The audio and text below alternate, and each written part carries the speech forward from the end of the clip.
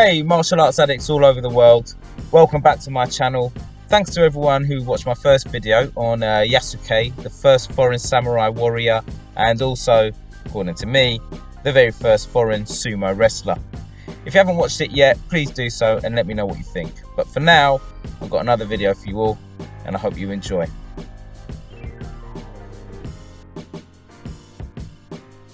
In my second video, I wanted to discuss something that relates to political history, especially in regards to a morally just cause and how a martial art was used to help in the fight to bring that about. Now, that is how Jiu-Jitsu helped in the fight for women in the UK to have the right to vote.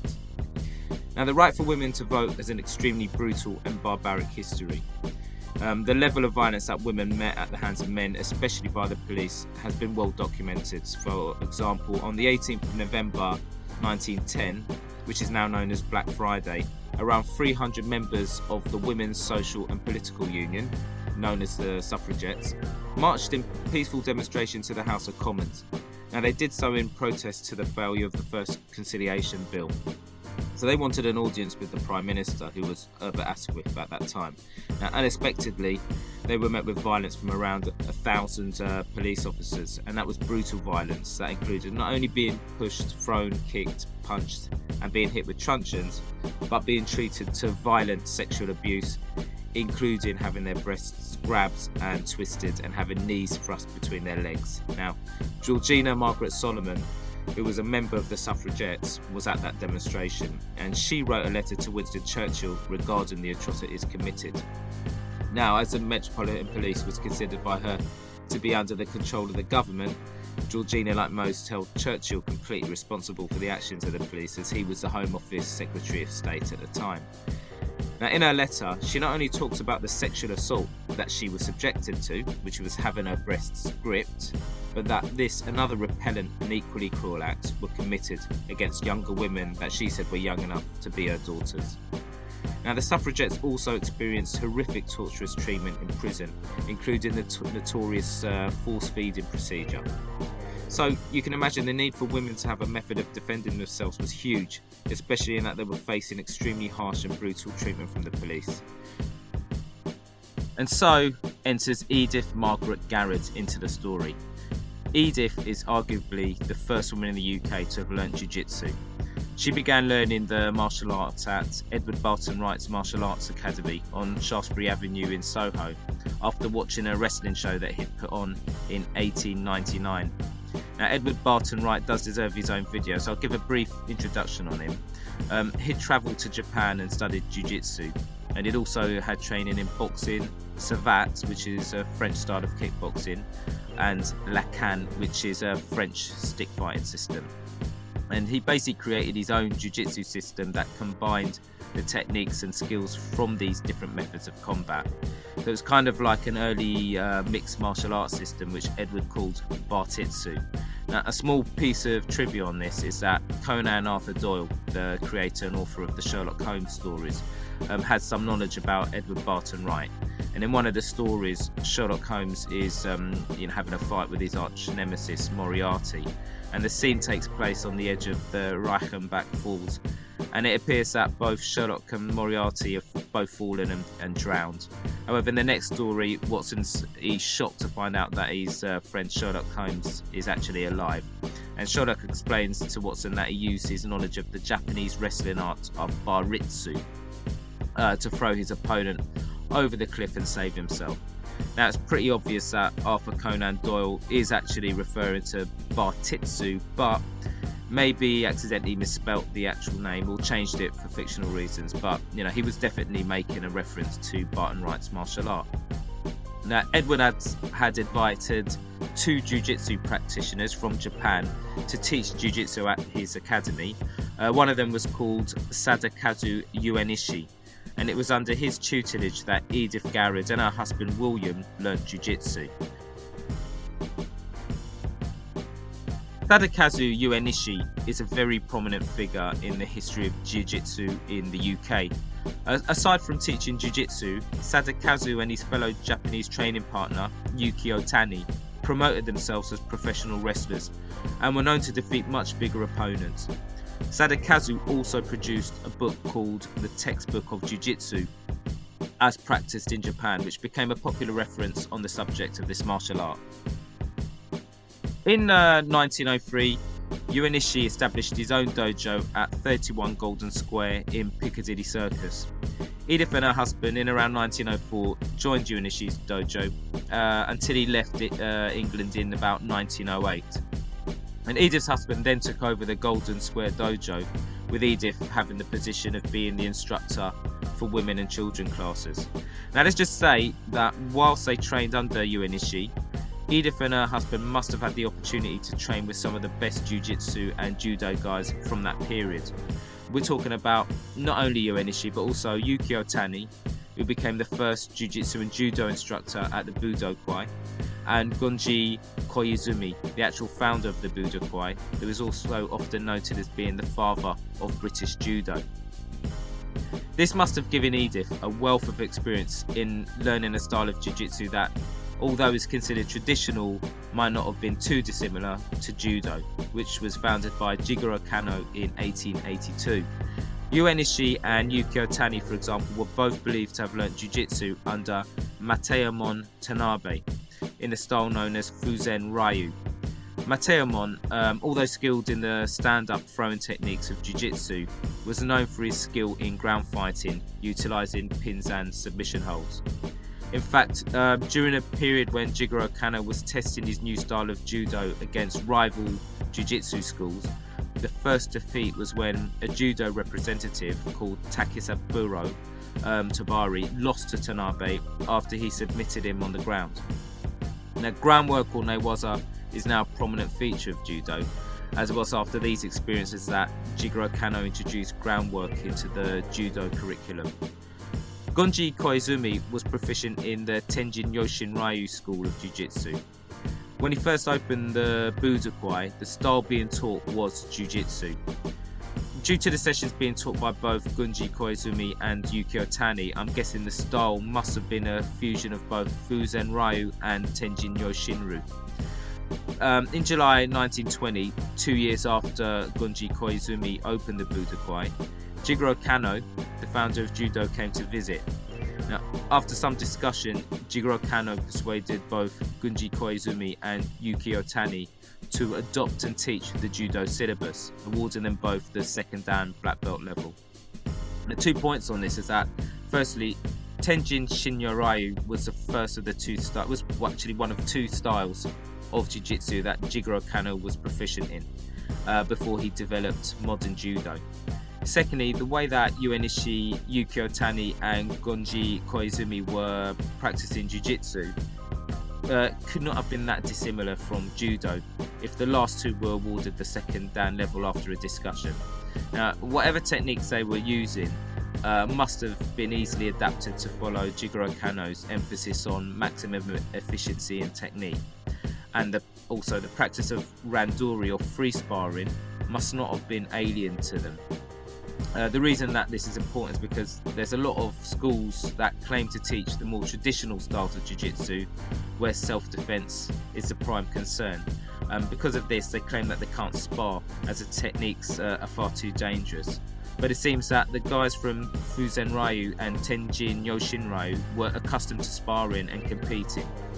Now, I agree they might have had to adapt their styles to compete under Jigoro Kano's Judo rules, yet this still shows that sparring was an important factor. So in relation to Edith Garrud, randori or free sparring must have been an aspect of training that she was experienced in, not just a mere practice of technique against a non-resisting training partner. Now, a 1910 edition of the Evening Telegraph reported how Edith Garrud had demonstrated the effectiveness of her jiu-jitsu skills when a police officer willingly volunteered himself to test if Edith was any good. When the police officer, who was around 6 foot tall and weighed 13 stone, saw the 4 foot 10 inch tall Edith Garrud, he commented that she was just a little dot of a woman. So he was pretty confident that he could subdue her. So when they started off, they grappled for a few minutes until Edith fell flat on her back, and the officer must have thought he'd won, but didn't realise that Garrud was setting up a sacrifice throw, known in judo as tomonagi, which caused him to somersault over and land on the back of his head. The police officer was apparently shocked by this and said that if the throw had been done on the pavement instead of on the mats, the police would be one man short. After this victory, Edith declared that Jiu-Jitsu would be an additional weapon for women in their fight for the right to vote. Now, Edith had already come into contact with the Women's Social and Political Union in 1908, and during a Jiu-Jitsu demonstration, her husband would usually do the talking. However, on one particular occasion he was ill, and rather than cancel this demo, Emmeline Pankhurst, the founder of the WSPU, convinced Edith to do the talking herself. After this, members of the suffragettes began to attend her classes, although this was more for defence against men who would often manhandle them at their rallies.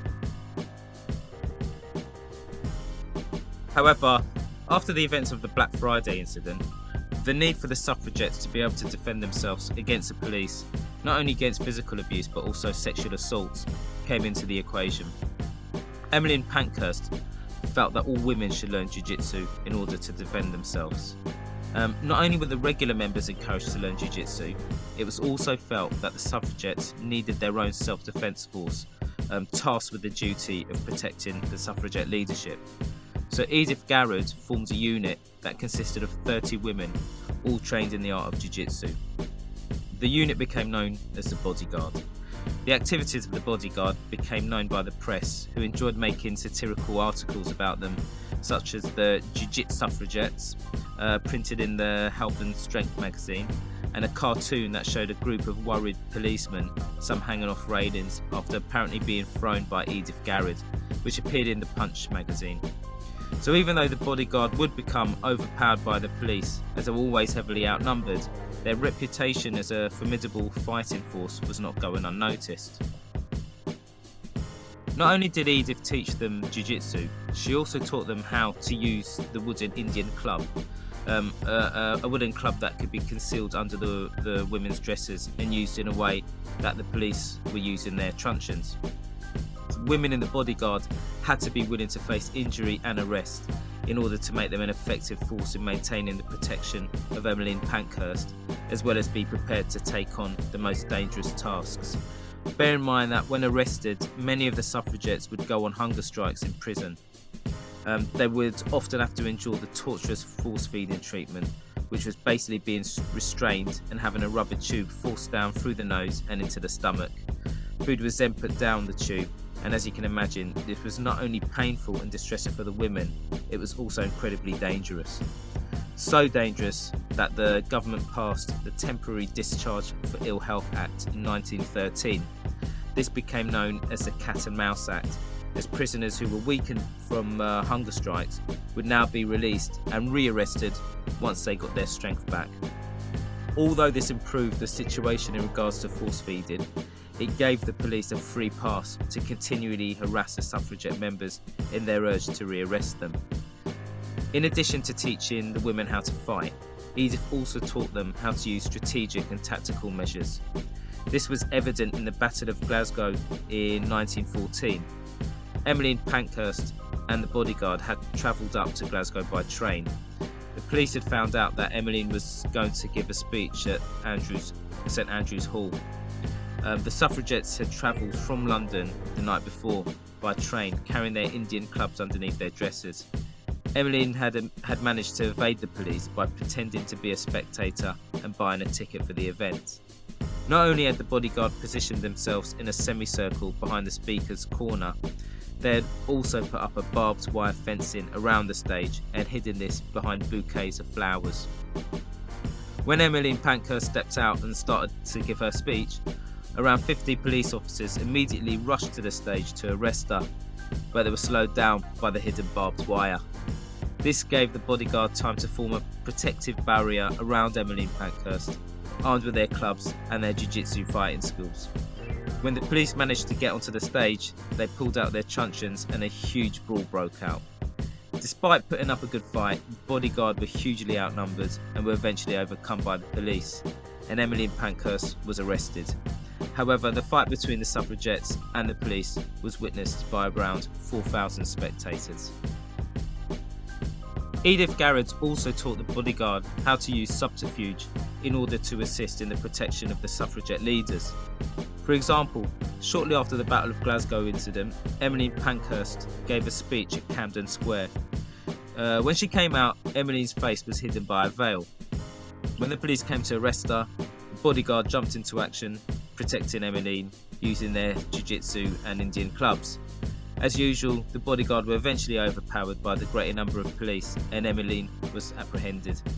However, when the police removed the veil from her face, it turned out that instead of being Emmeline Pankhurst, they'd actually been tricked into focusing their efforts on a decoy, which gave Emmeline the time to escape.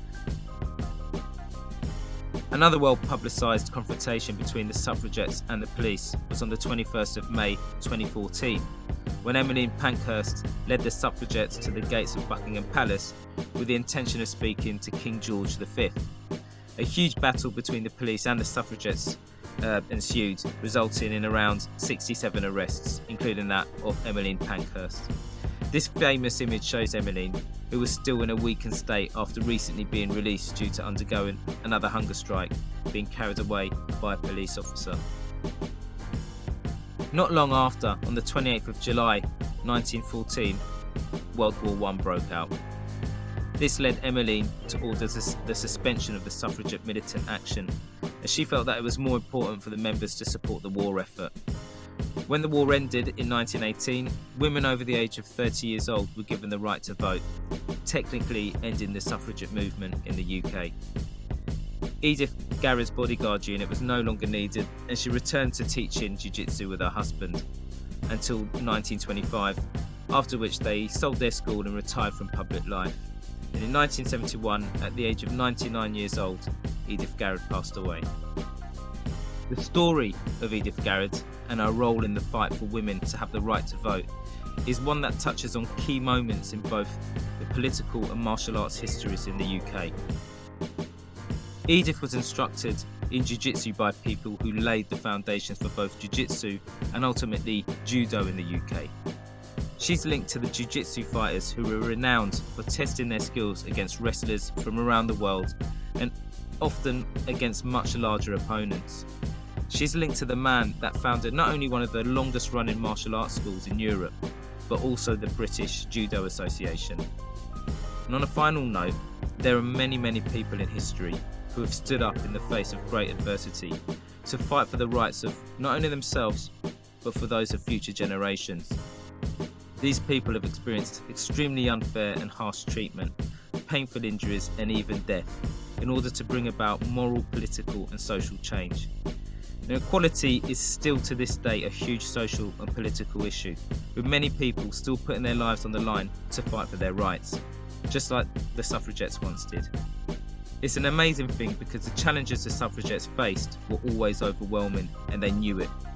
Yet they had the courage to face the threat in order to overcome those challenges. And overcoming challenges is what martial arts is all about.